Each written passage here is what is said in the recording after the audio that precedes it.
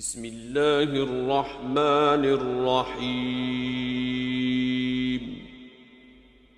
الحمد لله الذي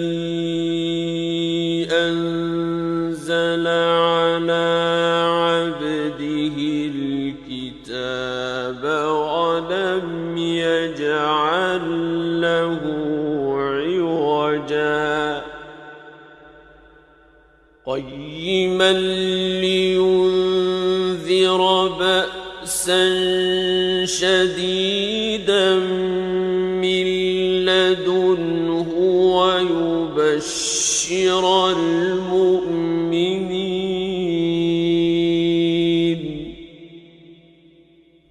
ويبشر المؤمنين الذين يعملون الصالحات أن لهم أجرا حسنا ماكثين فيه أبدا وينذر الذين قالوا اتخذ الله ولدا ما لهم به من علم ولا لآبائهم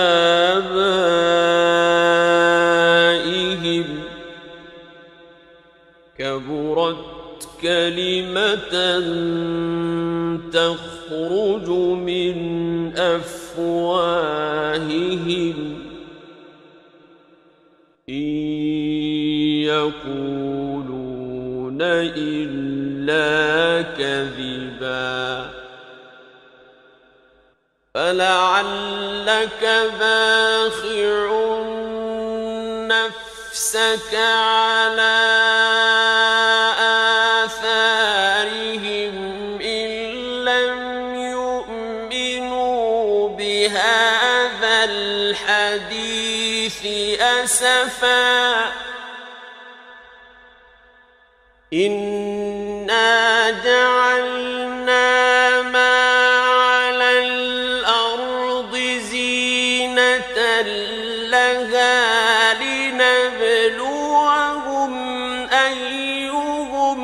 أحسن عملا وإنا لجاعلون ما عليها صعيدا جرزا أم حسبت أن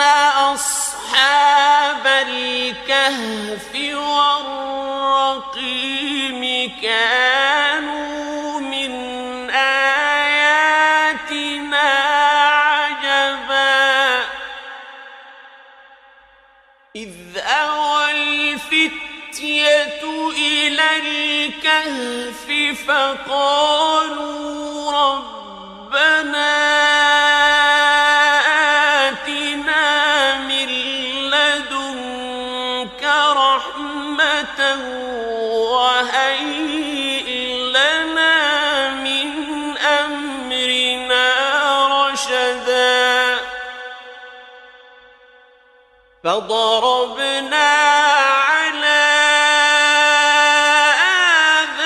آذانهم في الكهف سنين عددا ثم بعثناهم لنعلم أي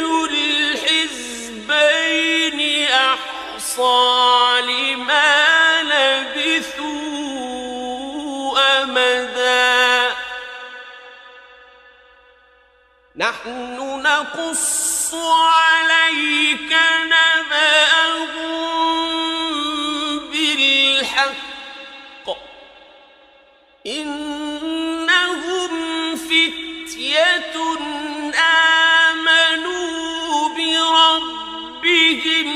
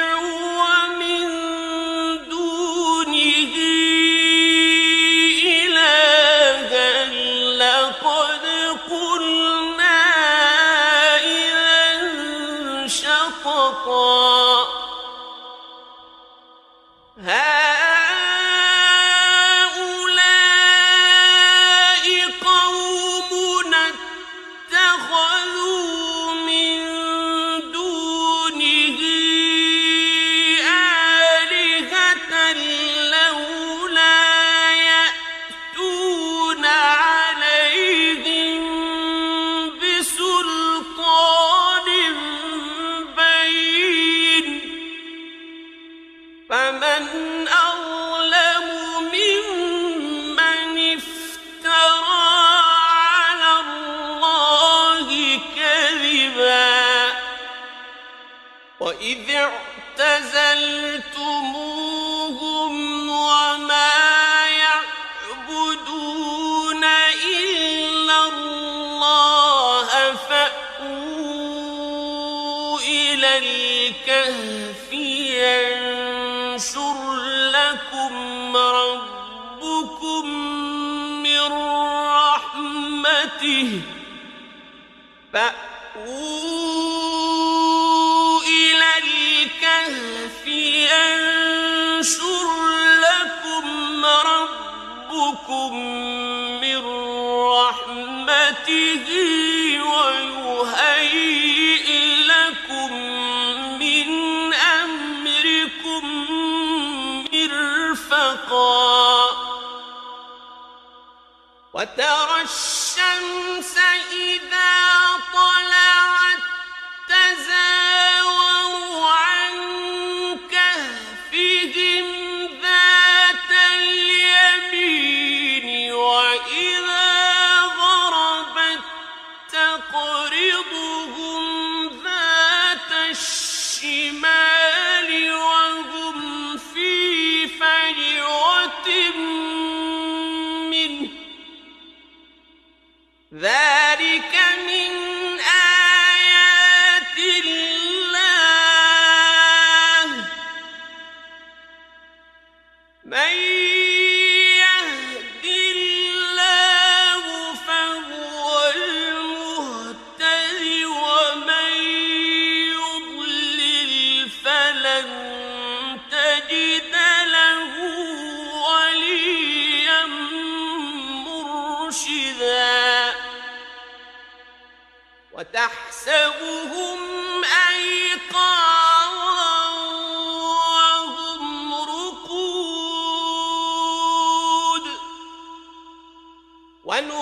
ونقلبهم ذات اليمين وذات الشمال وكلبهم باسط ذراعيه بالوصيد لو اطلعت عليهم لوليت منهم فرارا ولملئت منهم رعبا وكذلك بعثناهم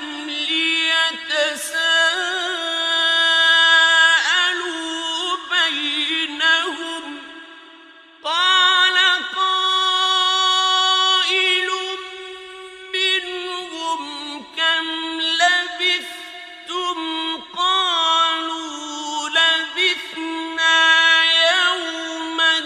أو بعض يوم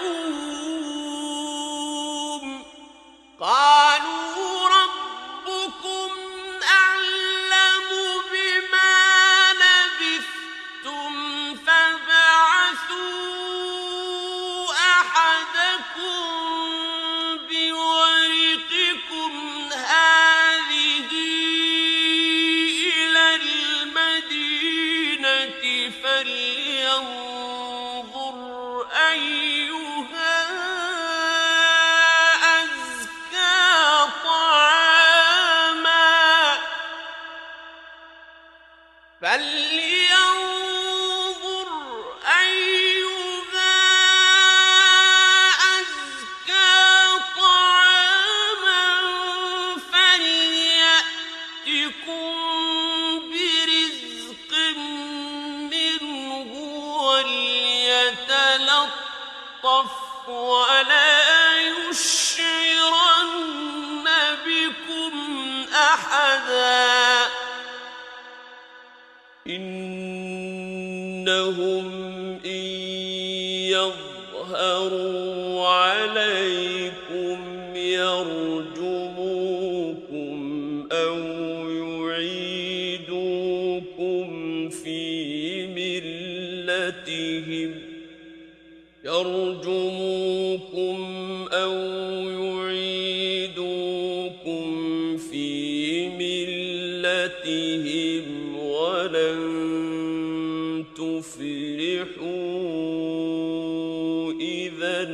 أبدا وكذلك أعثرنا عليهم ليعلموا أن وعد الله حق وأن الساعة لا ريب فيها إذ يتنازعون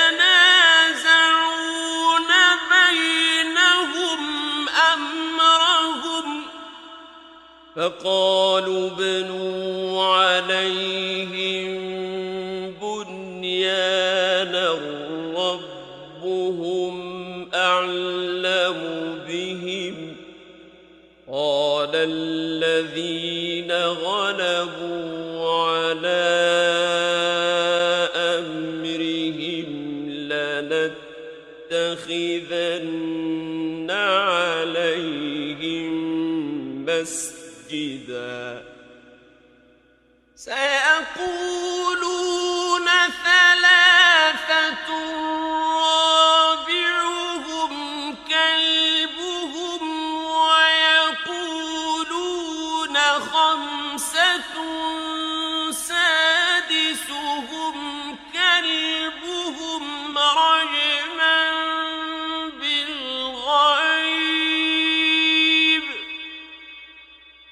رجما بالغيب ويقولون سبعة وثامنهم كلبهم قل ربي أعلم بعدتهم ما يعلمهم إلا قليل فلا تمار فيهم إلا مراء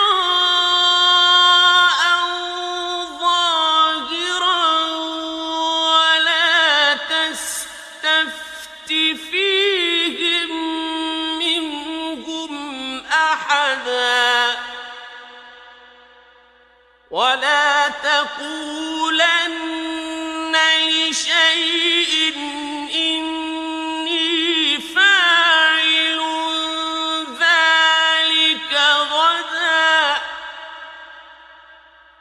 إلا أن يشاء الله واذكر ربك إذا نسيت وقل عسى أن يهديني ربي لأقرب من هذا رشدا ولبثوا في كهفهم 300 سنين وازدادوا 9 قل الله أعلم بما لبثوا له غيب السماوات والأرض أبصر به وأسمع ما لهم من دونه من ولي ولا يشرك في حكمه أحدا واتل ما أوحي إليك من كتاب ربك لا مبدل لكلماته ولن تجد من دونه ملتحدا واصبر نفسك مع الذين يدعون ربهم بالغداة والعشي يريدون وجهه ولا تعد عيناك عنهم تريد زينة الحياة الدنيا ولا تطع من أغفلنا قلبه عن ذكرنا واتبع هواه وكان أمره فرطا وقل الحق من ربكم فمن شاء فليؤمن ومن شاء فليكفر إنا أعتدنا للظالمين نارا أحاط بهم سرادقها وإن يستغيثوا يغاثوا بماء كالمهل يشوي الوجوه بئس الشراب وساءت مرتفقا إن الذين آمنوا وعملوا الصالحات إنا لا نضيع أجر من أحسن عملا أولئك لهم جنات عدن تجري من تحتهم الأنهار يحلون فيها من أساور من ذهب يحلون فيها من أساور من ذهب ويلبسون ثيابا خضرا من سندس واستبرق ويلبسون ثيابا خضرا من سندس واستبرق متكئين فيها على الأرائك نعم الثواب وحسنت مرتفقا واضرب لهم مثلا رجلين جعلنا لأحدهما جنتين من أعناب وحففناهما بنخل وجعلنا بينهما زرعا كلتا الجنتين آتت أكلها ولم تظلم منه شيئا وفجرنا خلالهما نهرا وكان له ثمر فقال لصاحبه وهو يحاوره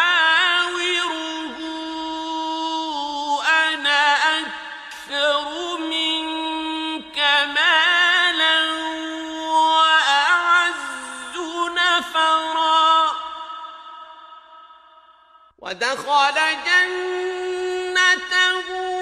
وهو ظالم لنفسه قال ما أظن أن تبيد هذه أبدا وما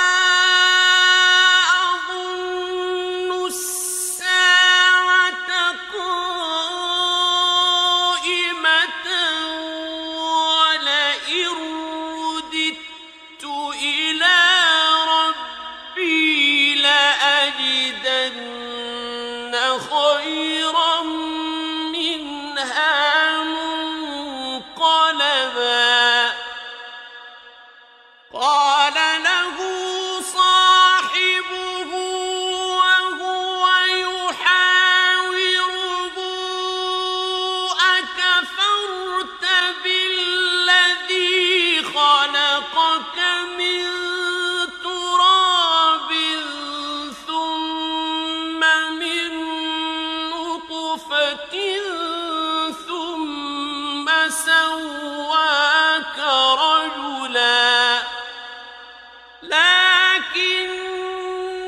هو الله ربي ولا أشرك بربي أحدا ولولا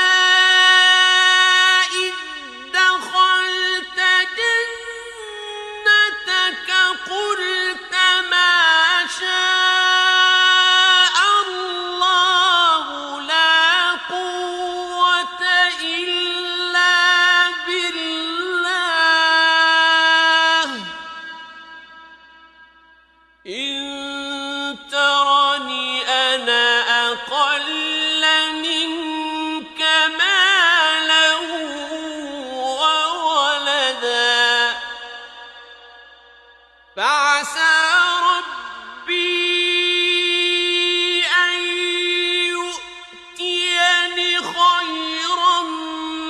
من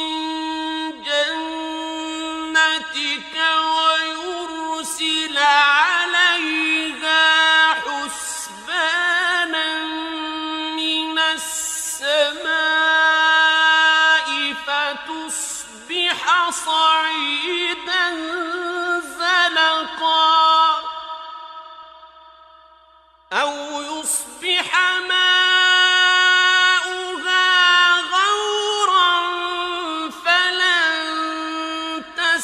تستطيع له طلبا وأحيط بثمره فأصبح يقلب كفيه على ما أنفق فيها وهي خاوية على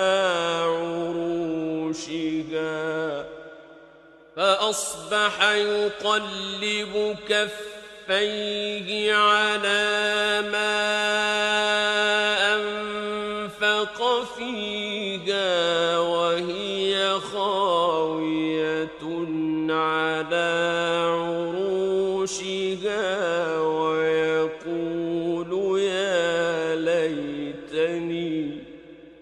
ويقول يا ليتني لم أشرك بربي أحدا ولم تكن له فئة ينصرونه من دون الله وما كان منتصرا هنالك الولاية لله الحق هو خير ثوابا وخير عقبا واضرب لهم مثل الحياة الدنيا كماء أنزلناه من السماء فاختلط به نبات الأرض فأصبح هشيما تذروه الرياح وكان الله على كل شيء مقتدرا. المال والبنون زينة الحياة الدنيا والباقيات الصالحات خير عند ربك والباقيات الصالحات خير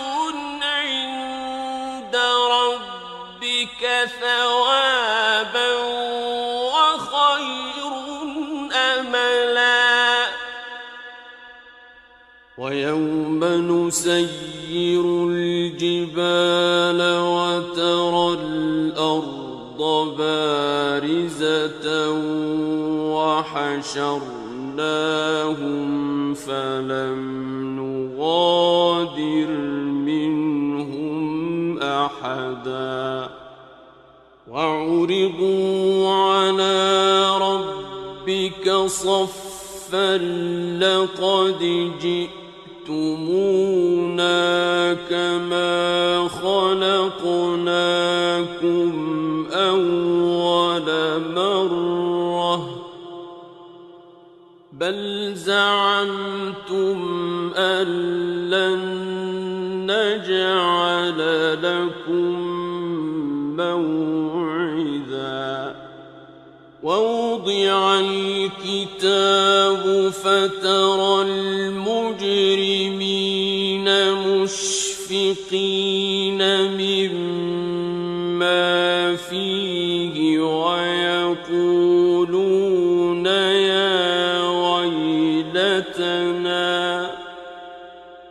ويقولون يا ويلتنا ما لهذا الكتاب لا يغادر صغيرة ولا كبيرة إلا أحصاها ووجدوا ما عملوا حاضرا ولا يظلم ربك أحدا. وإذ قلنا للملائكة اسجدوا لآدم فسجدوا إلا إبليس كان من الجن ففسق عن أمر ربه أفتتخذونه وذريته أولياء من دوني وهم لكم عدو بئس للظالمين بدلا. ما أشهدتهم خلق السماوات والأرض ولا خلق أنفسهم وما كنت متخذ المضلين عضدا ويوم يقول نادوا شركائي الذين زعمتم فدعوهم فلم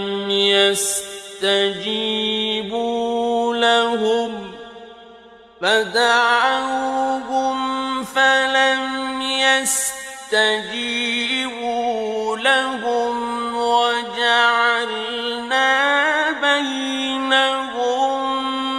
موبقا ورأى المجرمون النار فظنوا أنهم مواقعوها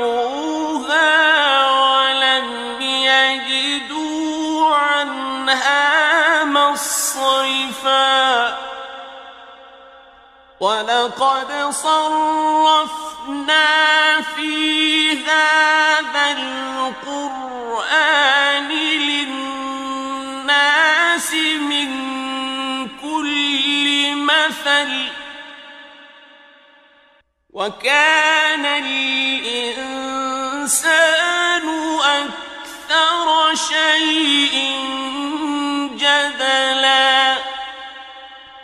وما منع الناس أن يؤمنوا إذ جاءهم الهدى ويستغفروا ربهم إلا أن تأتيهم سنة الأولين إلا أن تأتيهم سنة الأولين أو يأتيهم العذاب قبلا وما نرسل المرسلين إلا مبشرين ومنذرين ويجادل الذين كفروا بالباطل ليدحضوا به الحق واتخذوا آياتي وما أنذروا هزوا ومن أظلم ممن ذكر بآيات ربه فأعرض عنها ونسي ما قدمت يداه إنا جعلنا على قلوبهم أكنة أن يفقهوه وفي آذانهم وقرا وإن تدعوهم إلى الهدى فلن يهتدوا إذا أبدا وربك الغفور ذو الرحمة لو يؤاخذهم بما كسبوا لعجل لهم العذاب بل لهم موعد لن يجدوا من دونه موئلا وتلك القرى أهلكناهم لما ظلموا وجعلنا لمهلكهم موعدا وإذ قال موسى لفتاه لا أبرح حتى أبلغ مجمع البحرين أو أمضي حقبا فلما بلغا مجمع بينهما نسيا حوتهما فاتخذ سبيله في البحر سربا فلما جاوزا قال لفتاه آتنا غداءنا لقد لقينا من سفرنا هذا نصبا قال أرأيت إذ أوينا إلى الصخرة فإني نسيت الحوت وما أنسانيه إلا الشيطان أن أذكره واتخذ سبيله في البحر عجبا قال ذلك ما كنا نبغ فارتدا على آثارهما قصصا فوجدا عبدا من عبادنا آتيناه رحمة من عندنا وعلمناه من لدنا علما قال له موسى هل أتبعك على أن تعلمني مما علمت رشدا قال إنك لن تستطيع معي صبرا وكيف تصبر على ما لم تحط به خبرا قال ستجدني إن شاء الله صابرا ولا أعصي لك أمرا قال فإن اتبعتني فلا تسألني عن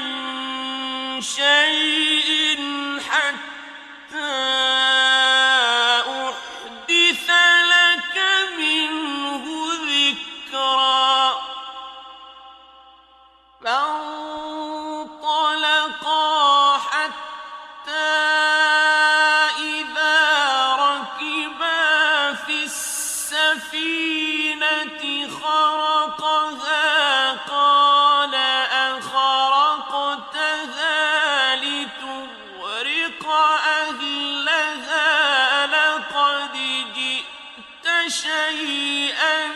إمرا قال ألم أقل إنك لن تستطيع معي صبرا قال لا تؤاخذني بما نسيت ولا ترهقني من أمري عسرا فانطلقا حتى إذا لقيا غلاما فقتله قال أقتلت نفسا زكية بغير نفس لقد جئت شيئا نكرا قال ألم أقل لك إنك لن تستطيع معي صبرا قال إن سألتك عن شيء بعدها فلا تصاحبني قد بلغت من لدني عذرا فانطلقا حتى إذا أتيا أهل قرية استطعما أهلها فأبوا أن يضيفوهما فوجدا فيها جدارا يريد أن ينقض فأقامه قال لو شئت لاتخذت عليه أجرا قال هذا فراق بيني وبينك سأنبئك بتأويل ما لم تستطع عليه صبرا أما السفينة فكانت لمساكين يعملون في البحر فأردت أن أعيبها وكان وراءهم ملك يأخذ كل سفينة غصبا وأما الغلام فكان أبواه مؤمنين فخشينا أن يرهقهما طغيانا وكفرا فأردنا أن يبدلهما ربهما خيرا منه زكاة وأقرب رحما وأما الجدار فكان لغلامين يتيمين في المدينة وكان تحته كنز لهما وكان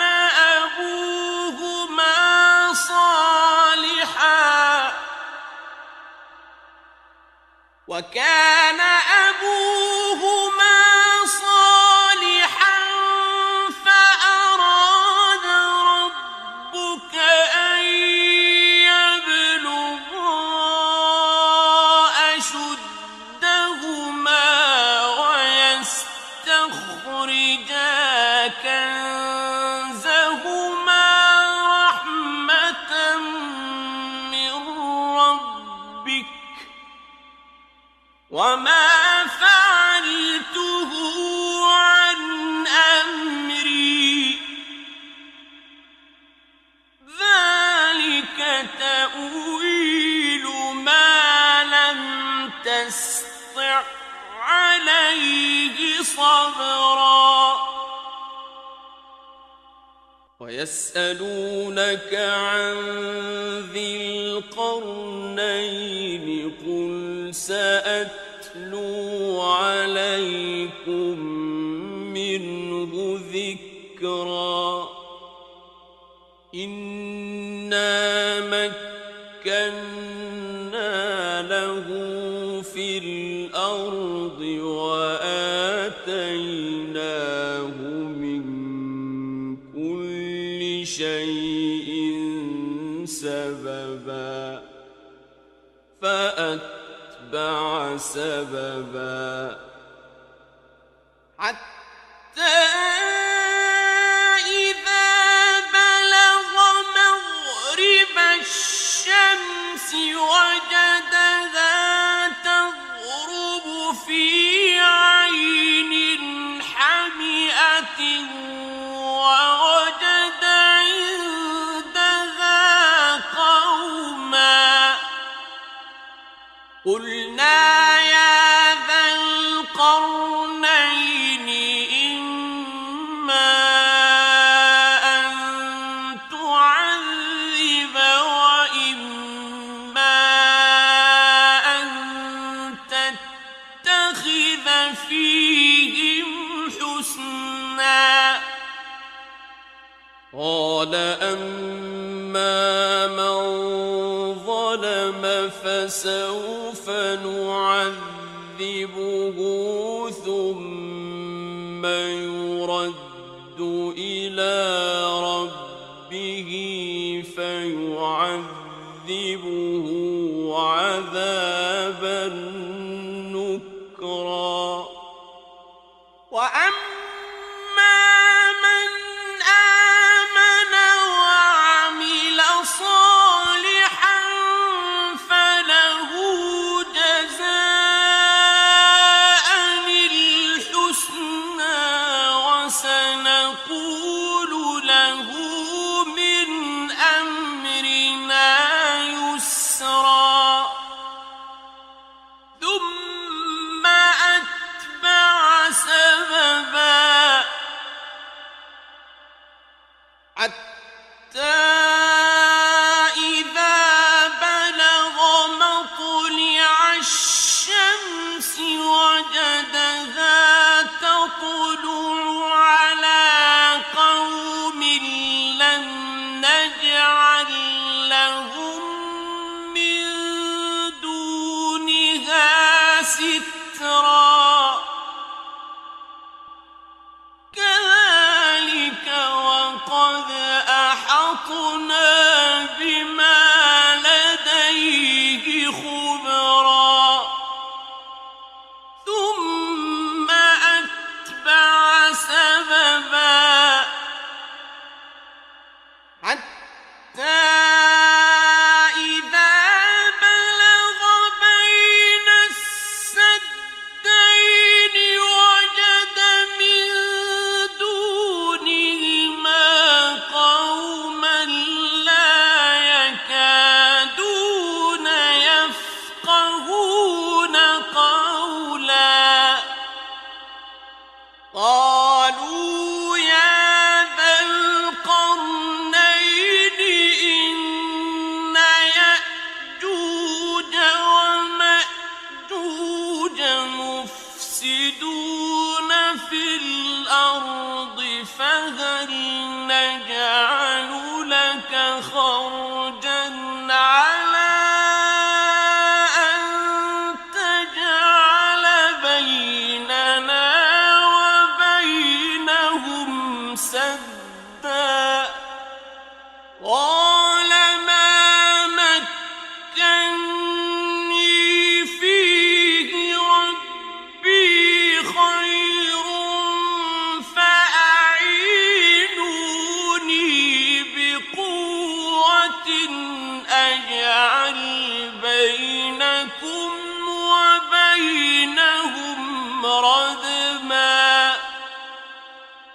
آتوني زبر الحديد حتى إذا ساوى بين الصدفين قال انفخوا حتى إذا ساوى بين الصدفين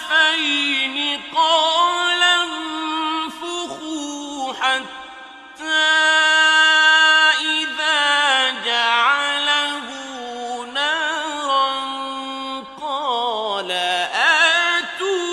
آتوني أفرغ عليه قطرا فما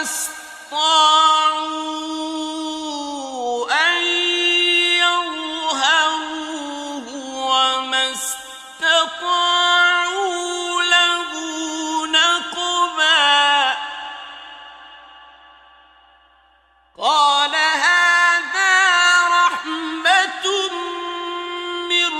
ربي فإذا جاء وعد ربي جعله دكاء وكان وعد ربي حقا وتركنا بعضهم يومئذ يموج في بعض ونفخ في الصور فجمعناهم جمعا وعرضنا جهنم يومئذ للكافرين عرضا الذين كانت أعينهم في غطاء عن ذكري وكانوا لا يستطيعون سمعا أفحسب الذين كفروا أن يتخذوا عبادي من دوني أولياء إنا أعتدنا جهنم للكافرين نزلا قل هل ننبئكم بالأخسرين أعمالا